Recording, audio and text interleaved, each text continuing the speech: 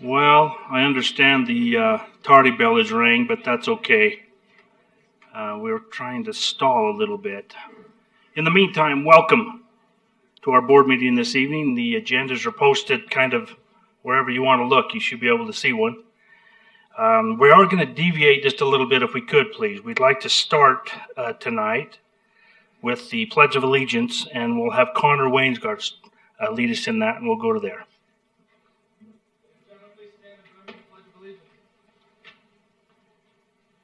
I pledge allegiance to the flag of the United States of America and to the republic for which it stands, one nation, under God, indivisible, with liberty and justice for all.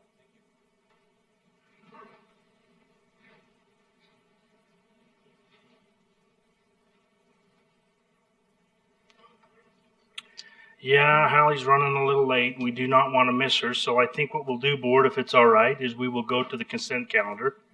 And when she shows up and we get the nod, we'll do the vocal duet from Weber High School. Fair enough?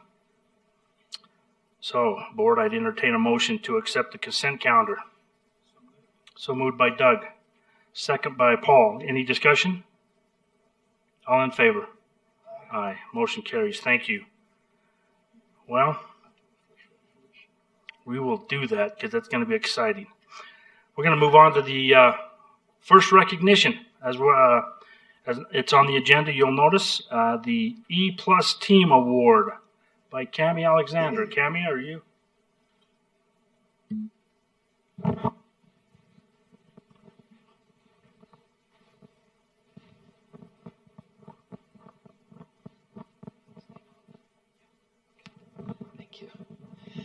Good evening, Board, Superintendent Stevens. Very much my pleasure to be here tonight to introduce you to the third grade team from Washington Terrace Elementary. So Jill, Kyler, Jamie, would you all come up here, please? I told them I was going to bring them up front and then make them stare at everybody while I talk about them. And it would be a little awkward, but we'll all love it. So this is a pretty incredible team. I read a letter from Mrs. Amston, their principal, and it was a long one. And so I tried to pull out a few words that describe this team. Those are pretty powerful words, you guys. Collaborative, passionate. I love the fact that you're enthusiastic. And when I went to take pictures and visit with these folks, they were enthusiastic. So I want to just introduce you to this great team. I want you to meet Anna, Elsa, and Olaf, which is what they dressed up for Halloween. And one of the best quotes from the movie Frozen is, "Some people are worth melting for." And I can tell you that these three are worth melting for. So, first of all, let's meet Elsa, Jill Jacobson, aka Elsa. Jill has been working for our district for 23 years now. Oh, 26? Did I get that wrong? I hate it when I get stuff wrong. So 26 years, even more incredible, thank you. And she's a stalwart for us. What grades, Jill? 5th and 3rd. Okay. So Jamie Smith, aka Anna, has been working for us for 11 years, all at Washington Terrace, correct? Is that? And Roosevelt. Okay, that's right. And then last but not least, we have Kyler, who is Olaf and also aka Superman, if you'll take a look at his picture. He wanted to do his best Superman pose. And I think I caught it. Don't you think, Kyler? I know, you're all that. You really are. So Kyler's been with us for 3 years, and I've got to tell you, I'm a little proud to say I was smart enough to give this guy an open contract. So I'll take a little credit there, but not much. So one of the things that you recognize right as you walk in Washington Terrace Elementary is their commitment to students. These two posters are all over the building, and I can tell you that they describe this third grade team very accurately. Their vision statement, for those of you who can't see it or read it from far away, We will produce confident, successful students who work hard and persevere. So that's our growth mindset that we focus on. Have the academic and life skills to succeed and who believe in their abilities, and have written goals to help them succeed in school, future careers, and in life. And that is what this team focuses on. Then their purpose statement is provide safe and successful environment for all students. We could go on and on about that tonight, but I promised them they could go have ice cream later, so we're going to keep going. But I can tell you that they embody all of those components. The other thing that you see right off the bat is that Bulldogs are brave. And at Washington Terrace, you can see what that means. And I can also tell you, having visited Washington Terrace on multiple occasions, that this team and all of their students believe that. It's a well-run machine, Washington Terrace is. So they focus on behavior, respect, attitude, voice, and effort. And everywhere they go, these kids are reminded that there are high expectations at their school.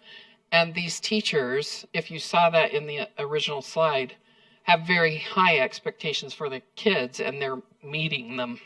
It's pretty amazing. So I want to congratulate Jill, Kyler, and Jamie. I want you to know how much I appreciate all you do. Your letter, if you didn't get a copy of it, you need to receive a copy of it, and I'll send it to you. The letter from your principal was very specific and incredibly positive, and we appreciate your efforts for our kids every single day.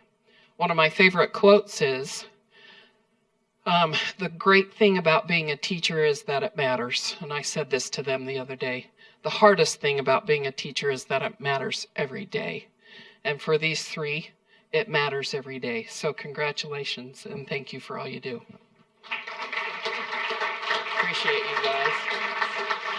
So, I'm going to turn the mic. I gave them forewarning that they were going to need to introduce the people that were here with them tonight. So we're going to start with the most experienced of the team, Mrs. Jacobson. Okay, so am I just going to introduce my family? Okay, I have a wonderful family that's very supportive of me and each other. And I'll start with my husband, Glenn, a daughter, Elisa, and one of her twins, and her son next to her is Cash, and that's Cora. Then my daughter, Leah. Oh, don't forget Delilah that's hiding right there. That's another granddaughter. And is that Zachary and AJ, who are grandsons, and their father, Jason, and Elena, Carter, and Brock. These are grandsons. And my daughter and her husband. This is Nikel and Jason. And I thank you for coming, guys. I appreciate it. I think the last time I saw you're up, Superman. Okay, so I got my beautiful wifey right there, Sierra. Got to stand up. Here we go. And then I got my mom and pops there, Nancy and Chad. And then my mother-in-law also joined me right here. That's my mother-in-law, Kimmy. And then I see some coworkers back there. You guys want to stand up? My amazing coworkers. Yeah, guys. There it is. Oh, and my amazing. And then my most important people, I have my son Gavin, and my daughter Elise, and my husband Ryan, and my mother-in-law, who's an amazing example. She taught forever, Cheryl. So I appreciate them coming, and I just want to say thanks to Mrs. Amsden for being so supportive and helpful.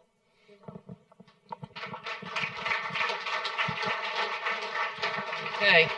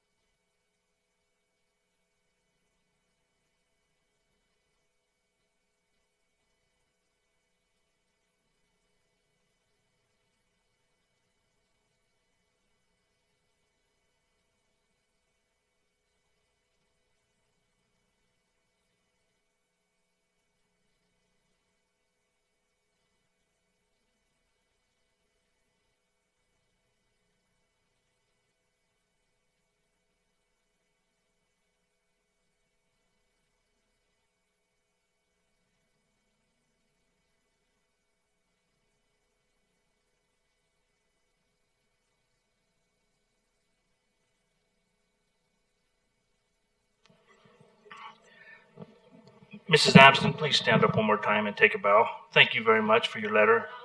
That again. Thank you. At this time, I'd normally excuse somebody, but you really got to stay and listen to the vocal presentation we're going to have. So we're going to move back up to Haley made it safely. So we'd like to introduce Haley Grigg and Connor Wainsgard, students at Weber High School, and we'll let you guys introduce your vocal duet, please.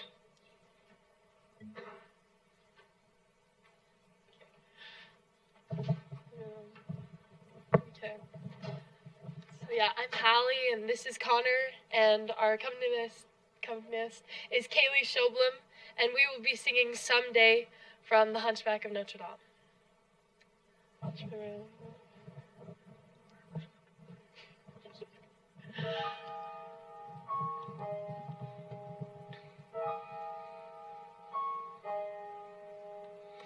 I used to believe in the days I was naive that I'd live to see a day of justice dawned, and though I will die long before that morning comes, I'll die while believing still it will come when I am gone.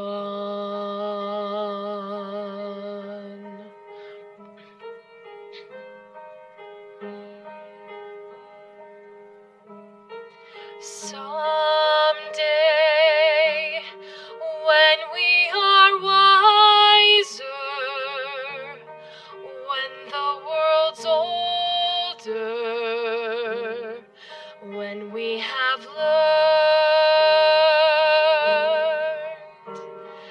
I pray someday we may yet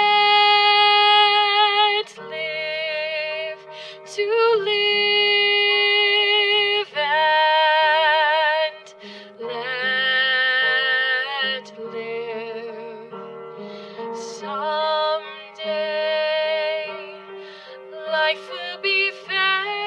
Life will be fairer. Need will be rarer. Need will be rarer. Greed will not Greed pay. will not pay. Godspeed.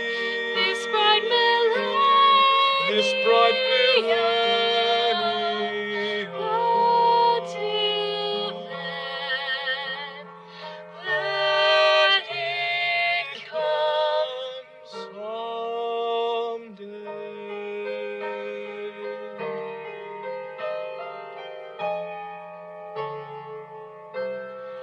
When the world's older, when things have changed, someday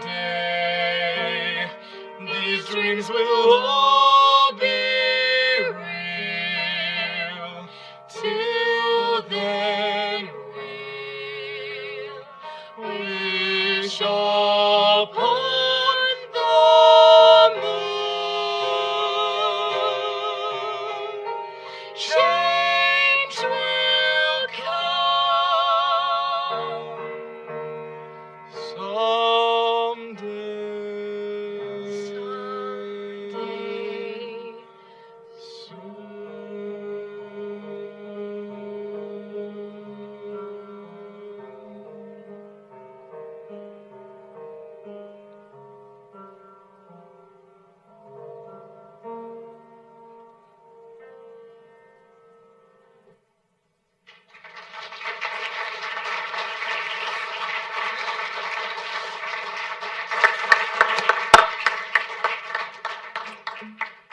Thank you, Connor and Hallie. I said it, Haley, I'm sorry. So, anybody go to Seven Brides for Seven Brothers at Weber High?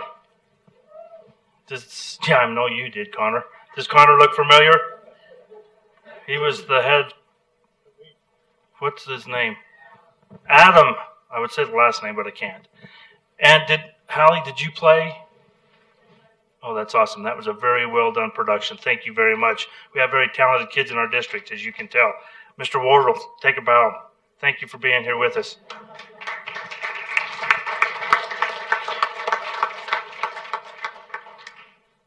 Job well done. We're glad you made it. Thank you very much.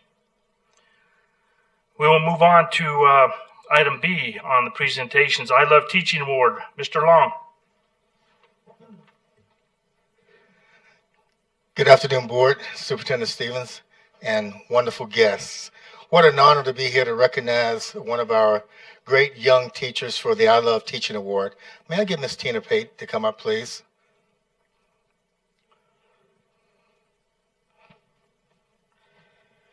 We are so proud in the Career Technical Education Department to nominate this wonderful young teacher for the I Love Teaching Award. I kind of told her she had to speak tonight. Now I don't think she want to speak to me. So, but I want you to take a look at this teacher here. And before I get into her letter and why we nominated her, one of the things to me as an educator for kids is that you have to be a person with an inviting smile. I want you to look at this wonderful young teacher, and anytime you go to her class, that's what you see is a smile. And many times I've went into her classroom. Now she teaches family and consumer science, okay, and CCA, right? I think seventh graders. I teach all 3 grades. Oh, okay, awesome. So you go into class, and these kids are working with food and stuff like that, and she has them under control, you know. And she's probably the only teacher's class that I will eat pancakes in. So anyway, let me move on. But it's a pleasure for us to nominate Ms. Pate for the I Love Teaching Award. One of the things, and I'm going to say a couple of key words here, is she has a positive attitude.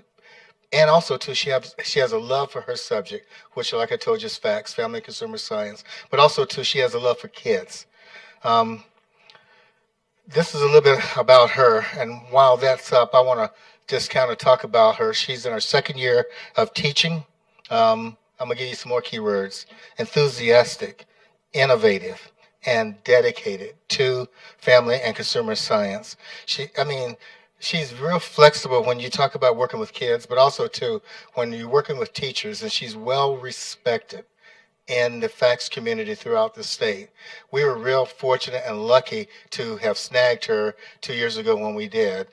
We had a shortage of FACS teachers, and when we got her, me and Mrs. Sagers went, wow, what a gem, you know. So she has a can-do attitude, which is real valuable for a young teacher. I went to her class, and you can see these students, they work with recipes.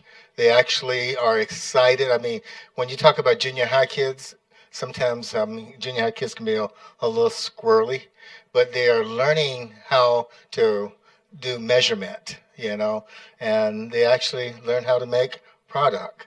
And no joke, I think it was the day you were cooking, was it pancakes that I was doing a judging in your classroom, and I was looking at all the pancakes, and most times teachers said, don't eat that one, but you know, every one of them I tasted, and she does an amazing job as a young teacher.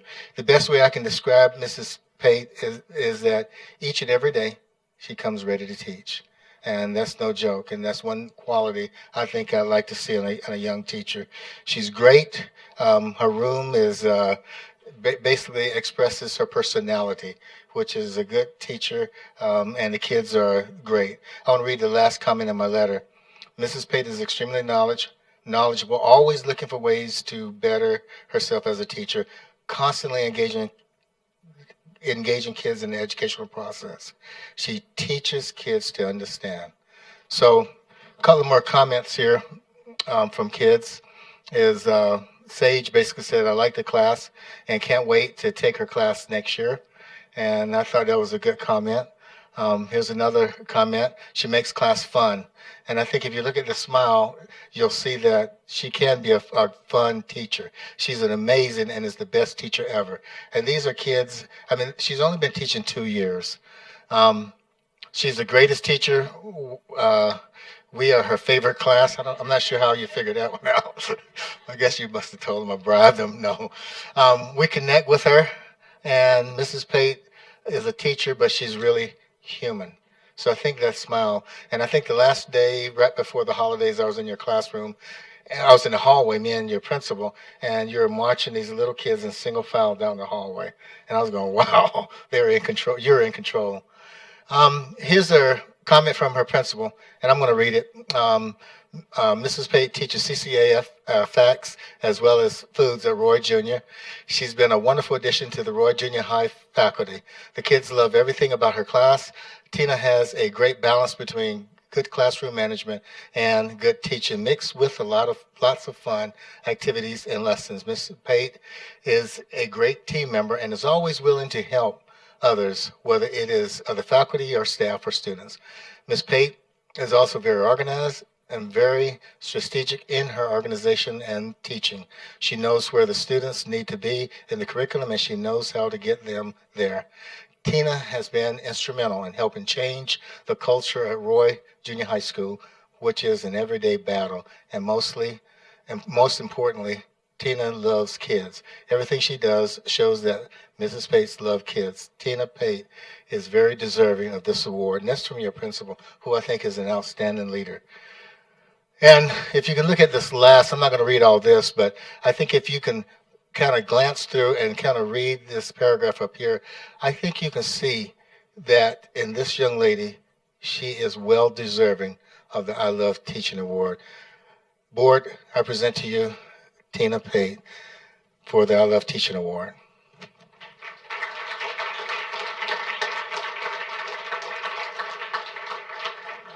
And I'm going to give you a few moments to, I told you I was going to do this, but just let us know who you brought here and recognize those that came. My parents would love to be here, but they live in Montana, so they weren't able to make it. But I have a fellow teacher and my assistant principal who are great support. Awesome. Thank you so much.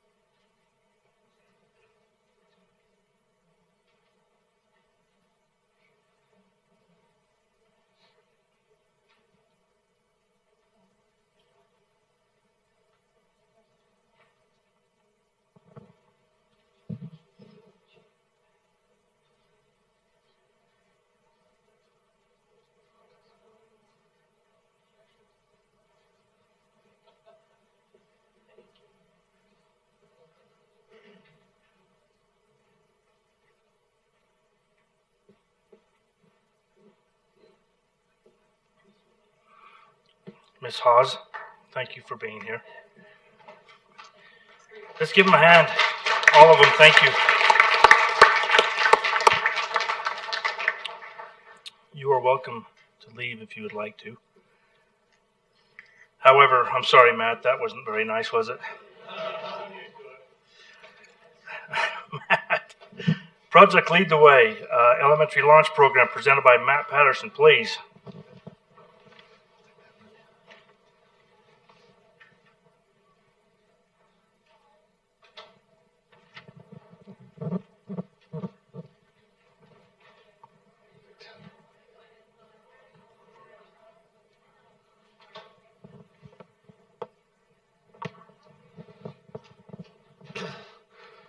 Board Superintendent Stevens, I'm excited to be here once again and to be able to share a great program that exists in our school district. I've been able to visit lots of classrooms that have the Project Lead the Way launch program in them, and it's an exciting place to be when these programs or this program is being administered in our classrooms. I think there's this statement here is one way that to really just to kind of kick this off is, what a Project Lead the Way does, launch program does, is awakens their exploration nature. It engages them into learning, and that is engaging, fun, and encourages them to keep discovering. It is now and in the future. This program is the elementary version of Project Lead the Way. There's the Gateway and then the high school version of this. Here's some great pictures of some of our classrooms. You can see that they're very unique and kind of the non-traditional experience. A couple of other things that goes on. I'm not going to read through this specifically, but as you go in these classrooms, you see kids that are in constant discovery, and they're thinking and they're processing and they're working through these challenges that are presented to them. They're incorporating all types of skills. You see them reading and writing and thinking and processing, and then going through and realizing that failure is okay and is part of the process. And they keep going through and working through the challenges. The modules that the students are engaged in, they actually focus on computer science, engineering, biomedical, and other areas, and then they incorporate other subjects. I love these pictures, especially this little guy over here. You can just see he's just intently working on his project, even so much that he's smashing these little sponges so he can utilize them in a specific way. So I'm actually not going to do much of the talking because I got a couple of guests today that are actually really truly understand this program. First of all is Jana Frost. She is at Green Acres, and she is what we call a Project Lead the Way master teacher. And that sounds awesome, and it is. And she actually trains all over the country for Project Lead the Way, and she is one of the leaders in the country for the work that she does. And we are absolutely fortunate to have her here in our district. And she teaches part-time, and then she works a few hours for us at the district, coordinating with teachers throughout our district, and making sure all the dots are connected with this great program. And then I've got Heather Hells here as well, and she is an H-Guide child, and she teaches second grade, and she does a phenomenal job in her classroom, and watch these little second graders, and she's going to share her perspective too. So I'm going to turn the time over to them, and then I'll wrap this up at the end. So Jana. Hello, it's a pleasure to be here tonight. I'm Jana Frost, and thanks for the introduction, Matt. I am awesome. It is awesome. Totally awesome. So Project Lead the Way Launch is the elementary version of a STEM curriculum, and STEM is science, technology, engineering, and mathematics. Sometimes when I say that, I think everybody just knows what I'm talking about, so I just want to make that clear. The Launch program is a K-5 curriculum, and that's interesting because our sixth graders need something. So we've moved some modules around so our sixth graders are also participating in that before they can move on and participate in the Gateway if they would like. Currently, there are 24 modules in the Launch program, and there are 4 per each grade level. And those include 2 in engineering, 1 in biomedical, and 1 in computer science. We have, through the district, picked a few per grade level so that we can do teacher development, all those kind of things, so we can be a good support system for all of our teachers. And each module is about 10 instructional hours, depending on, how much you want to do or how little. I always take a lot longer because I just love it that much.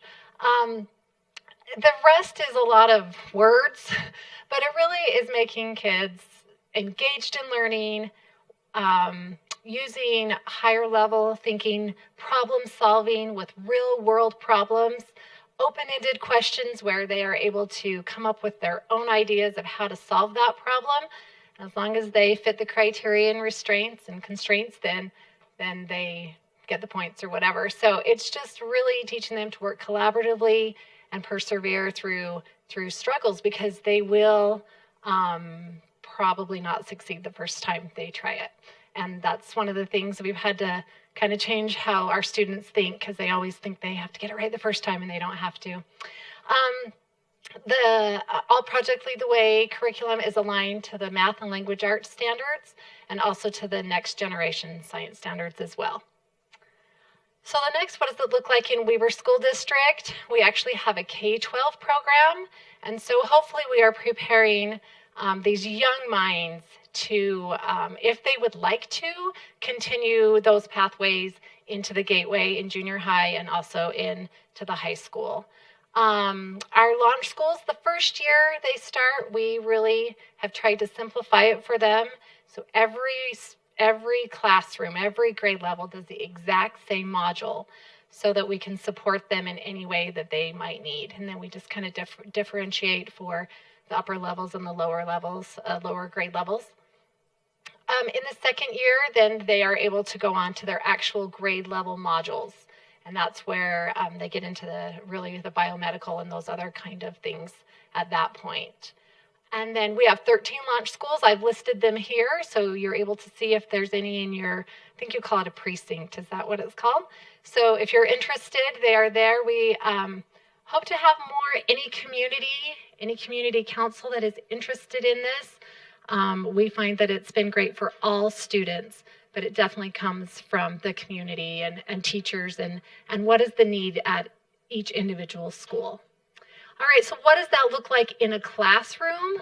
I'm going to segue a little bit and then we'll let Heather come on up. So in a classroom, do one more. There you go. It engages all students. And I've listed some students that you might think of, ESL or special education students. You're gifted.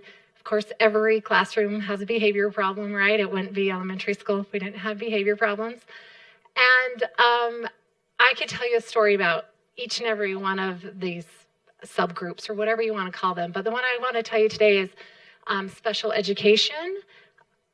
I should not be surprised. I've been doing this for like 4 years, and I should not be surprised that my special education students surprise me every single time.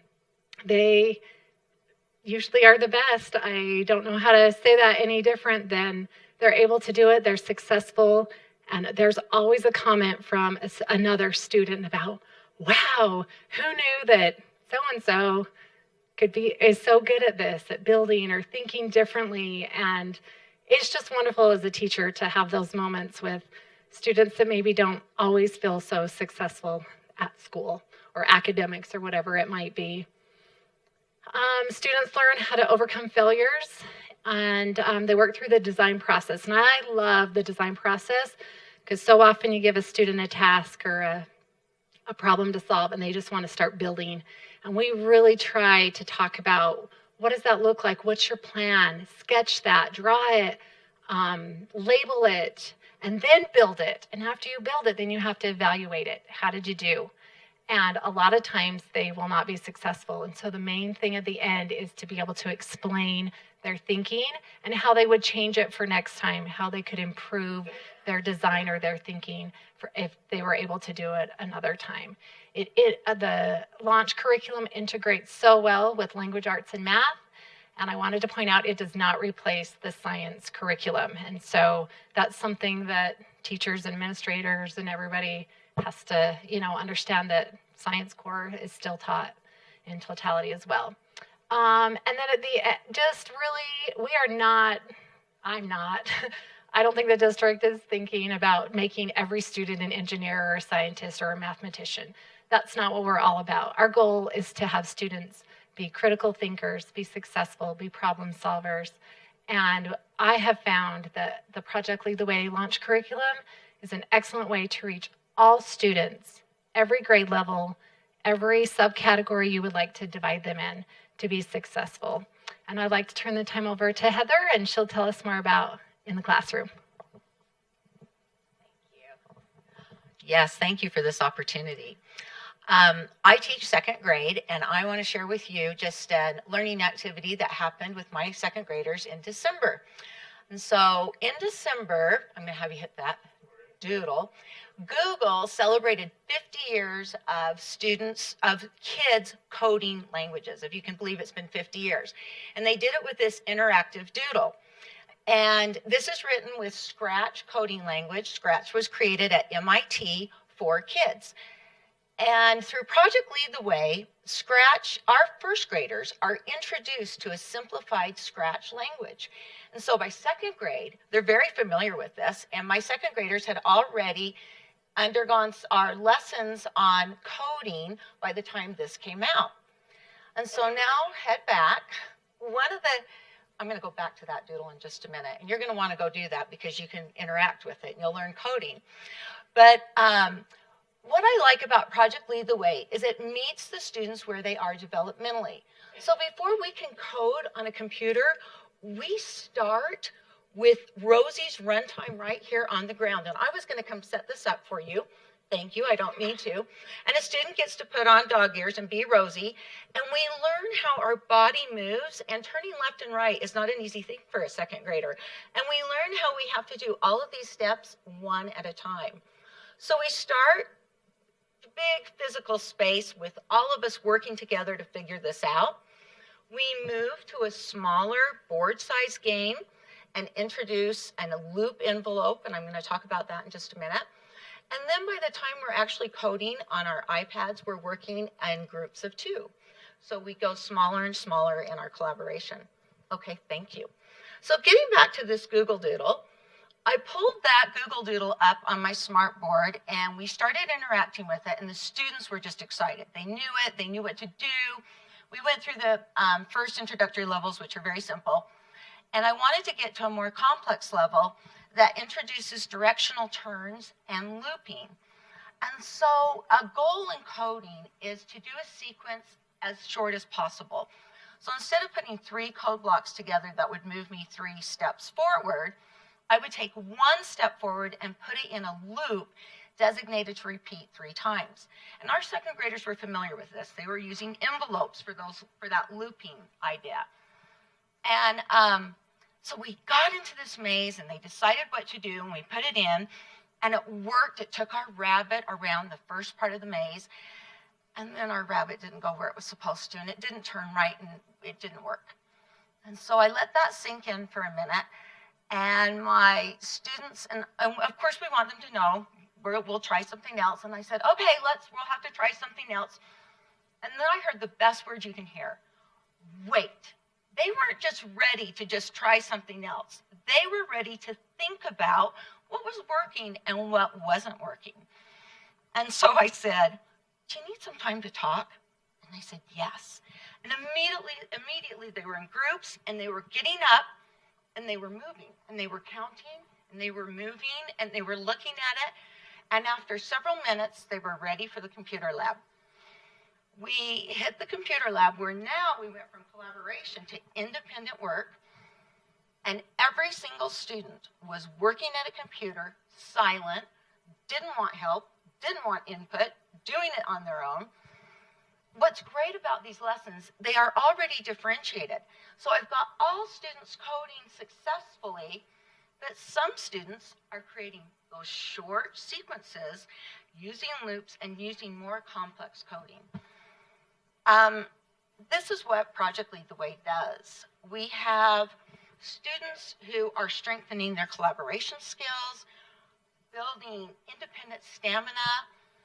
They are problem solving, using critical thinking. They're persevering. They're curious and innovative. And it's an exciting thing in the classroom. We totally transfer those skills to all other learning. We need those skills. So thank you. It's a great tool. So yeah, give them a hand. Aren't they great? I mean, I would love to be just in both of these classrooms. And I mean, to hear stories of second graders coding, and to have fourth graders doing these complex engineering problems and relating that to writing and reading and math and science is just an exciting program. And to have these modules that are so aligned with their core and connected to the things that the teachers feel like are valuable in their classrooms, it's a wonderful program. And then lastly, this statement here is that students learn grit and resilience, that they realize that their first idea might not always work, but they can keep going back and making changes and trying again until they are successful. It is amazing what these kids are doing. And I tell you, that's what education's about. It's not about that first time. It's about that perseverance, about working through it. And this program is one example that provides these opportunities for kids. We're excited about it, the schools that have it, and possibly expanding to other opportunities. And just take a look at some of these faces and some of the excitement that is going on, and the experiences. That's not what you'd imagine a typical classroom being like, but I will testify that there is learning in these experiences, and it's awesome. So thank you so much for your support in this program, and wanted to give you a little bit of experience about that. So I'm going to be a little atypical just because I have the mic, and I wanted to tell you about the artwork that's in the boardroom too, because I'm kind of in charge of that as well. So this is there's a Senate art competition that's put on by the Senate, and students submit their artwork for there. We only get to choose one piece of artwork for the entire district. But to recognize students and their amazing work that they've done from junior high and high school, we've decided to put these up here, and we'll give them some district awards. And so the one piece of artwork will represent our district. So. Yeah, Robert.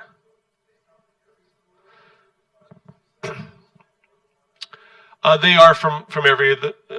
Some of the junior highs don't have a representation, but all the high schools and a majority of the junior highs. So yeah. Any other questions about Project Lead the Way launch, or I guess the artwork too as well? Yeah.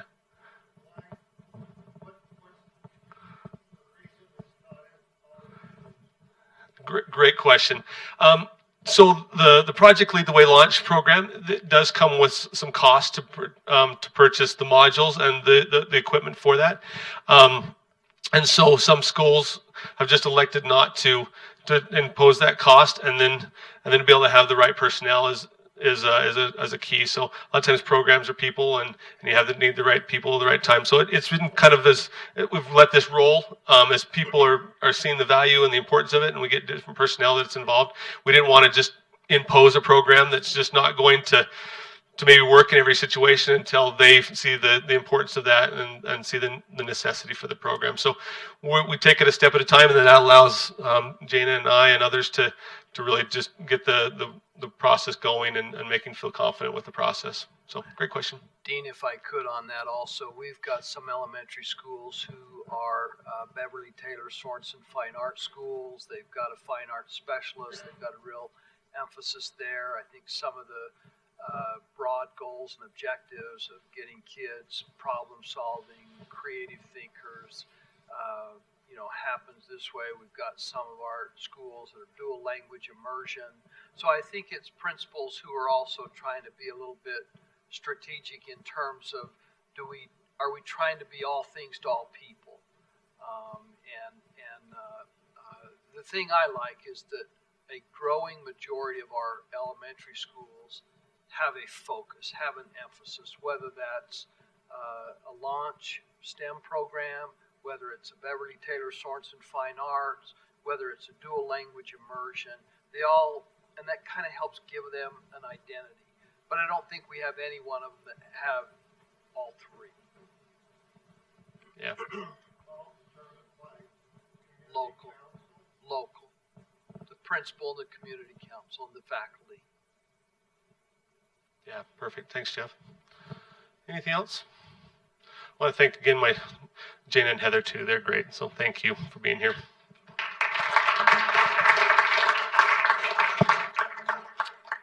Thank you, Matt. Job well done. Discussion and action item, establishing board meetings for 2018.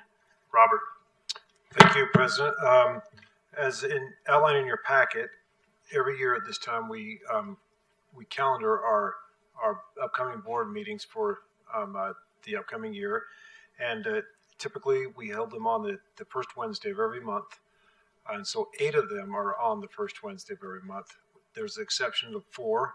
The first exception will be Wednesday, April 11th, because spring break. The 4th is over spring break. The next exception is June 13th, which is the second Wednesday in June, because of the budget hearing.